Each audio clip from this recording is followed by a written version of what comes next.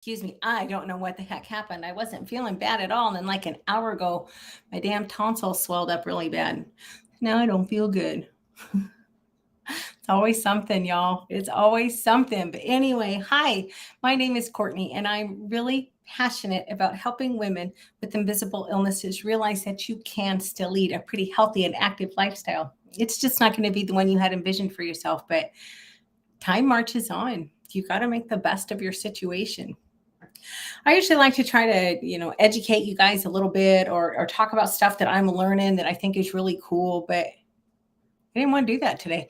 I just didn't want to do it today. And I don't even remember who the hell I was talking to, but we started telling moose stories.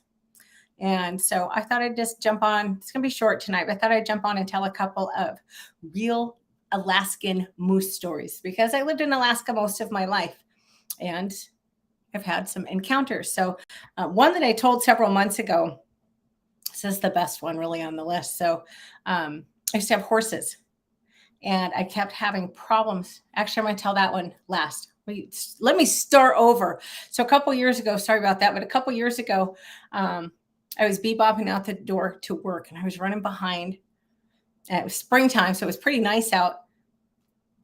I walk out the front door, I shut it, and I'm focused ahead of me. I'm not really paying attention. I got to get to work, got to get to work, got to get to work.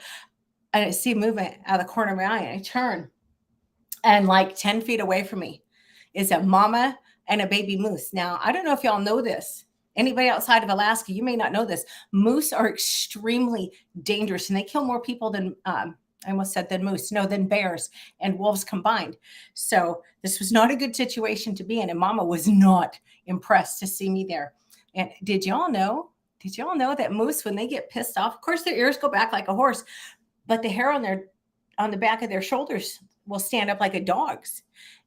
They can even growl. The first time I heard that, I was like, "What the hell?" I had to go Google it because I didn't believe that I heard what I heard. But yeah, she was not happy, so she's growling at me, and I'm trying like hell to get back in the front door, and I'm fumbling. You'd have thought I was drunk. I could not. I was shaking. I couldn't hold my keys. I'm watching her. I'm thinking, please don't come up on the porch. Please don't come up on the porch. And the baby's just oblivious to the whole situation. But mama was not happy. So I had to go back inside and I called my boss. I'm like, well, I have a really good reason for being late to work. I'm trapped inside. I'm trapped inside by a moose. Well, then the biggest problem with that is once she left the front yard, I didn't know where the hell she went. I didn't know if she was just going to be around the corner. So I gave it like 20 minutes or so. And then I very cautiously crept out to the garage to get my car. Moose tail number two.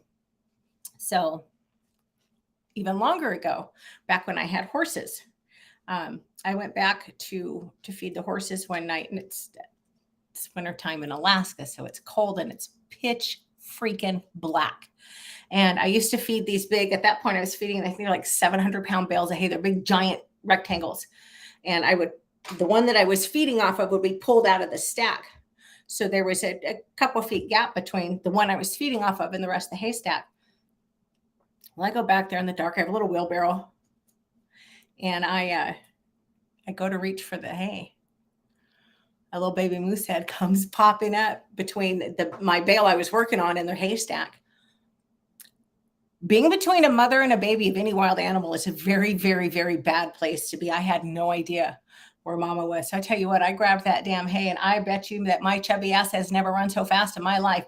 I could not get away from that barn quick enough. Fortunately, I did not see mama. But then my final moose tale, and this is the best one. This is one I told a few months ago. So I was going out to feed the horses, and I was having a lot of problems that winter with moose in my hay barn. And the biggest problem with that is actually they cannot digest hay. And a moose can actually starve to death, according to Fish and Game, if they eat too much hay because it fills their stomach and they can't digest it. So they can't get rid of it, which means they can't eat any of the stuff that they can actually process. So anyway, I was just pissed because hay's expensive. I didn't want to feed the moose. So, but you can't shoot them. Unless they're trying to hurt you, you can't shoot them. So I'm like, what the hell am I going to do? And a friend of mine said, get a Roman candle. You'll scare her off. So I didn't have a Roman candle, but they gave me one. And I went marching back there one night because I went back to feed. I saw that she was in the hay barn. So I ran back to the house and I came marching back out there. I was all puffed up. I'm just like, let's go. So I was smart enough. I had a shed right next to the hay barn. So I was smart enough. I had the keys to the shed. And I got up on the porch and I unlocked the door in case I had to beat feet in there real quick.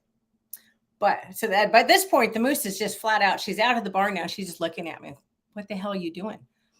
So I lit that Roman candle and I'm all self-righteous and I'm pointing it at her and I'm just waiting for this big loud. Yeah, that's not what happened. It was an old Roman candle and it went. And that the little fireball, which was really little, it barely made it off the porch. It was a 2-step porch. It's not like it was going very far. And I looked down through my candle and I looked up at the moose and then same thing.